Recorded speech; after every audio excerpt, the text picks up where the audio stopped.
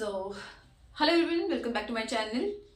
हाय, मुझे तो आप जानते ही होंगे, I am Kajal and we are looking forward the topics of respiratory system disorders. Respiratory की एनाटॉमी कंप्लीट हो चुकी है, अब रेस्पिरेटरी डिसऑर्डर हम पढ़ रहे हैं। Most of the students are get confused in a pulmonary edema, pleural effusion, hydrothorax, pyothorax, इन सब में most of the student confuse होते हैं। तो यहाँ पे आज हम एक क्लियर इजी कॉन्सेप्चुअल फॉर्मेट में पढ़ेंगे कि पल्मोनरी एडिमा किसे कहते हैं। ओके, सो पल्मोनरी एडिमा में आपके एल्वेलाई में, ठीक है, इंट्रा एल्वेलर स्पेस में एबनॉर्मल फ्लूइड का एक्युमुलेशन हो जाता है। What is it? Abnormal accumulation of fluid in intra alveolar space of lung. Intra alveolar मतलब एल्वेलाई के अंदर, ठीक है। इसी को बोल सकते हैं हम इंटरस्टिशियल स्पेस, इंटरस्टिशियल स्पेस, ठीक है। अगर एल्वेलाई के अंदर फ्लूइड का एक्युमुलेशन हो गया है तो उसे बोलते हैं हम पल्मोनरी एडिमा। अभी इसके एटियोलॉजीज क्या है? Etiologies are very simple, cardiogenic disorder की वजह से, ठीक है। अभी कार्डियोजेनिक डिसऑर्डर में भी कौन कौन से डिसऑर्डर? अगर लेफ्ट वेंट्रिकुलर फेलियर हो गया एंड मिट्रल स्टेनोसिस जैसी कंडीशन हो गई तो उसकी वजह से, ठीक है। अभी इसकी वजह से कैसे होगा? आपका समझो, this is heart, this is left side, this is ventricle, this is a atrium, ये लेफ्ट साइड, ओके। देखो, यहां से आती है पल्मोनरी वेन से, क्या आता है आपका? ऑक्सीजनेटेड ब्लड आता है, ठीक है। अभी समझो ये है मिट्रल स्टेनोसिस, मिट्रल वल्व, ठीक है।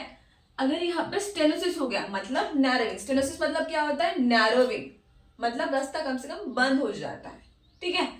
तो समझो यहाँ पे स्टेनोसिस हो गया तो ये ब्लड आगे आ पाएगा क्या?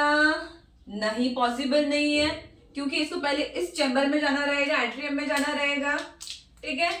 इसका रूट क्या है? ये है आपका पल्मोनरी वेन। पल्मोनरी वेन क्या कैरी करता है? ये लंग्स से आता है, ठीक है। लंग्स से ऑक्सीजनेटेड ब्लड आता है पल्मोनरी वेन से और ये लेफ्ट एट्रियम में एंटर करता है, देन लेफ्ट एट्रियम वेंट्रिकल में करेगा एंटर, देन ये अरोटा से बॉडी में जाएगा, ठीक है। अरोटा से कहा जाएगा? बॉडी में। बट अभी क्या हो गया? यहाँ पे स्टेनोसिस मतलब नैरोविंग हो गया मिट्रल वल्व का, तो इससे कहाँ जाना पड़ेगा? वापस लंग्स के बाद पास में, और ऊपर से हमारे बॉडी से कार्बन डाइऑक्साइड मतलब डीऑक्सीजनेट जो ब्लड है वो आपके एट्रियम में आता है, ठीक है। उसके बाद में वल्व से होकर आपके फिर से कहाँ जाता है? लंग्स में जाता है, सही बात है, लंग्स में जाता है, ठीक है। तो ये भी ब्लड लंग्स में जा रहा है और ये रिटर्न एब्नॉर्मली रिटर्न होने वाला भी ब्लड लंग्स में जा रहा है। तो लंग्स में क्या हो गया? अभी लंग्स में क्या हो गया?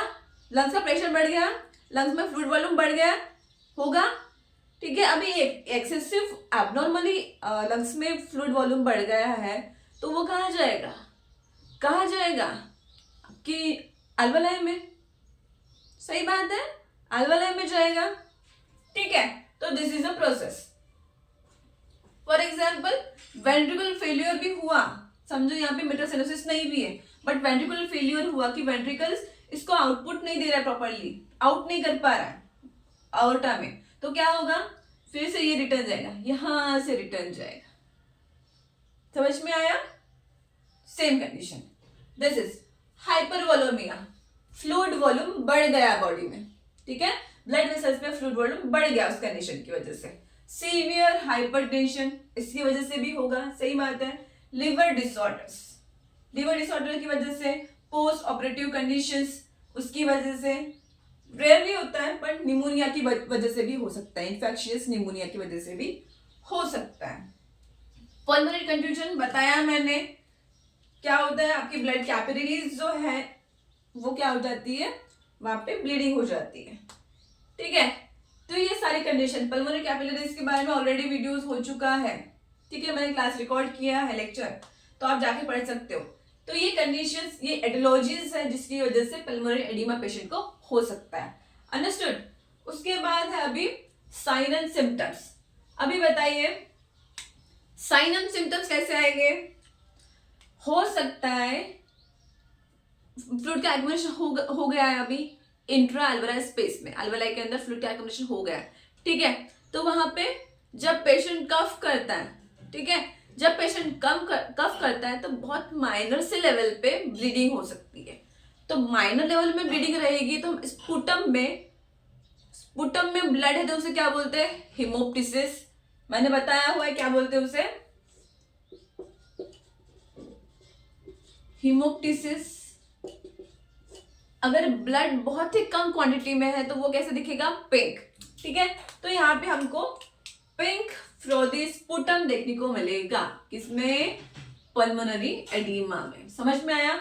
अभी क्रैकल्स सुनाई देंगे। मैंने एब्नॉर्मल लंग साउंड पे भी लेक्चर रिकॉर्ड किया है, आप जाके देखो कि कौन कौन से एब्नॉर्मल लंग साउंड्स जो लंग्स है उसमें देखने को मिलता है, ठीक है, वो जाके देखिए।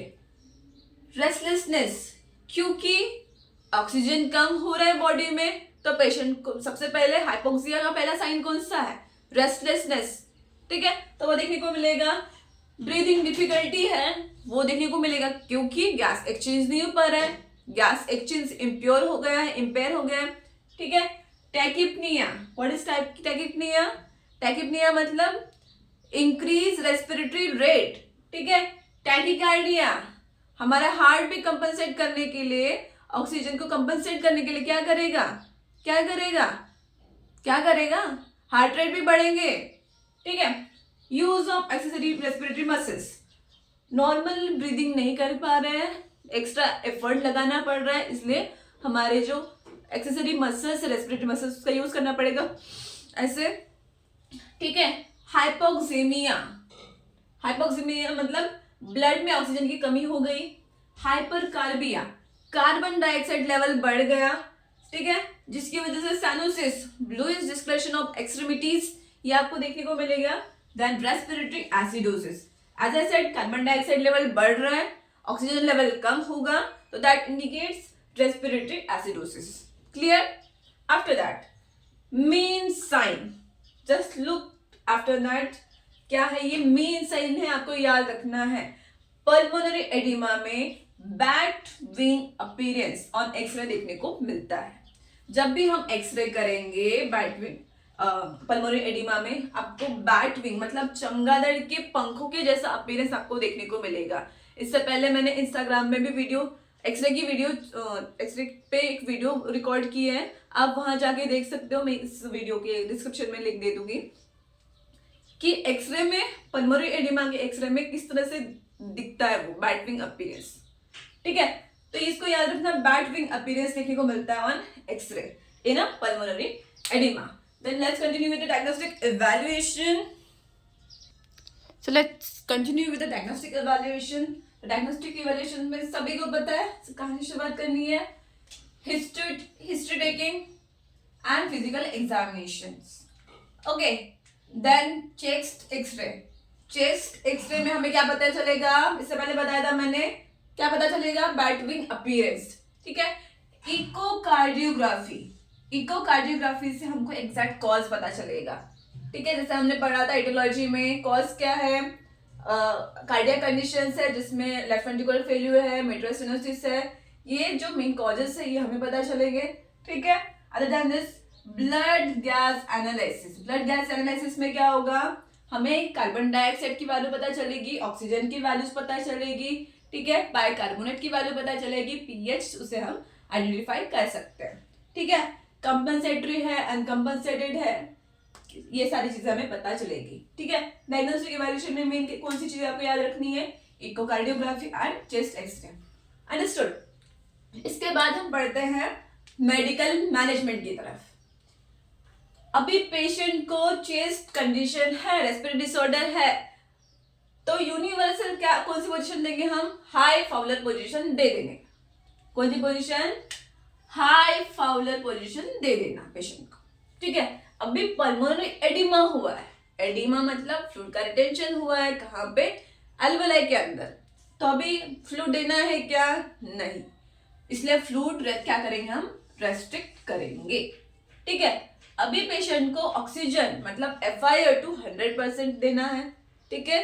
इस तरह से हमें वो मास्क भी यूज करना पड़ेगा, ठीक है। तो कौन सा मास्क यूज करेंगे इसमें हम, वेंचुरी मास्क, ठीक है। कौन सा मास्क करेंगे यूज, वेंचुरी मास्क, ठीक है। अभी मॉर्फिन सल्फेट मेडिकेशन की तरफ ध्यान दो। मॉर्फिन सल्फेट पेशेंट की एंजाइटी रिड्यूस करने के लिए, ठीक है। पेशेंट की एंजाइटी रिड्यूस होगी तो ऑक्सीजन डिमांड भी रिड्यूस होगा, मतलब पेशेंट जितना ज्यादा एंग्जियस होगा, जितना ज्यादा हाथ पैर मारेगा, उतनी ज्यादा उसकी बॉडी में ऑक्सीजन की डिमांड बढ़ेगी। तो इससे पहले सबसे पहले क्या करना है, पेशेंट को काम करना है, काम डाउन करना है। उसके लिए हम पेशेंट को क्या देंगे, मॉर्फिन सल्फेट, ठीक है, to reduce the O2 demand and anxiety, ठीक है। अभी इसकी तरफ ध्यान दो पूरी तरह से, क्या है, डायूरेटिक्स। डायूरेटिक्स, डाई मतलब डबल, डबल यूरिन आउटपुट क्या करता है, ये डबल करता है। इसका नाम अपने हॉस्पिटल में सुना ही होगा, फ्रूसेमॉइड, ठीक है। क्या बोलते हैं, फ्रूसेमॉइड। फ्रूसेमाइड को हम आप किस कौन से नाम से जानते हैं, लासिक्स, लासिक्स के नाम से जानते हो। एक रहती है वायल, सॉरी एक रहती है एम्पुल छोटी सी, ठीक है, इतनी रहती है, ठीक है। वहां पे लिखा होता है लासिक्स, फ्रूसेमाइड लिखा होता है। फ्रूसेमाइड नाम हम देखते ही नहीं, बट वहां पे लासिक्स लिखा रहता है, 4 ml ऐसा लिखा रहता है, ठीक है। तो ये क्या है, डायरेटिक्स, ये आपको याद रखना है, फ्रूसेमाइड। ड्रग ऑफ चॉइस, ये मेन चॉइस है, इससे आपका क्या होगा, जो फ्लूइड रिटेंशन हुआ है वो क्या होगा, एक्सक्रीट आउट हो जाएगा थ्रू द यूरिनेशन, ठीक है। तो अभी फ्रूसेमाइड का साइड इफेक्ट क्या है, O2 टॉक्सिसिटी, मतलब अपने हियरिंग्स में टॉक्सिसिटी हो सकती है, हियरिंग्स में इफेक्ट हो सकता है, ठीक है। Then after that digoxin, digoxin जिसको हम डिजिटैलिस भी बोलते हैं, ये एक कार्डियक ग्लाइकोसाइड है जो इफेक्टिव कार्डियक कॉन्ट्रैक्शन में हेल्प करता है। जहां पे हमने पढ़ा था लेफ्ट वेंट्रिकुलर फेल्यूर, अगर लेफ्ट वेंट्रिकुलर फेल्यूर हुआ है तो उस कंडीशन में हम क्या दे सकते हैं, पेशेंट को डिजिटैलिस दे सकते हैं, जिसको हम डिगॉक्सिन भी बोलते हैं। जिससे क्या होगा, जो फोर्स है लेफ्ट वेंट्रिकुलर का, जो फोर्स है, फोर्स ऑफ कॉन्ट्रैक्शन, वो फास्टली होगा, विथ हार्डली होगा, जिससे कि आउटपुट निकलेगा, ठीक है।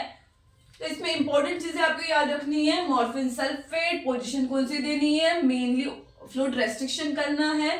डायरेटिक्स कौन सी देनी है, इसको याद रखो, 4 ml रहती है, ठीक है। फ्रूसेमाइड, उसका साइड इफेक्ट भी क्या है वो भी याद रखो, ऑटोटॉक्सिसिटी है। डिगॉक्सिन, डिजिटैलिस हम देते हैं, ठीक है। क्या काम है, ये cardiac contractile, effective cardiac contractile drug है, ठीक है। So this is all about the pulmonary oedema. Pulmonary edema में आई एम श्योर आपका पूरा कॉन्सेप्ट अभी क्लियर हो गया होगा, आपको कोई भी कंफ्यूजन नहीं होगा।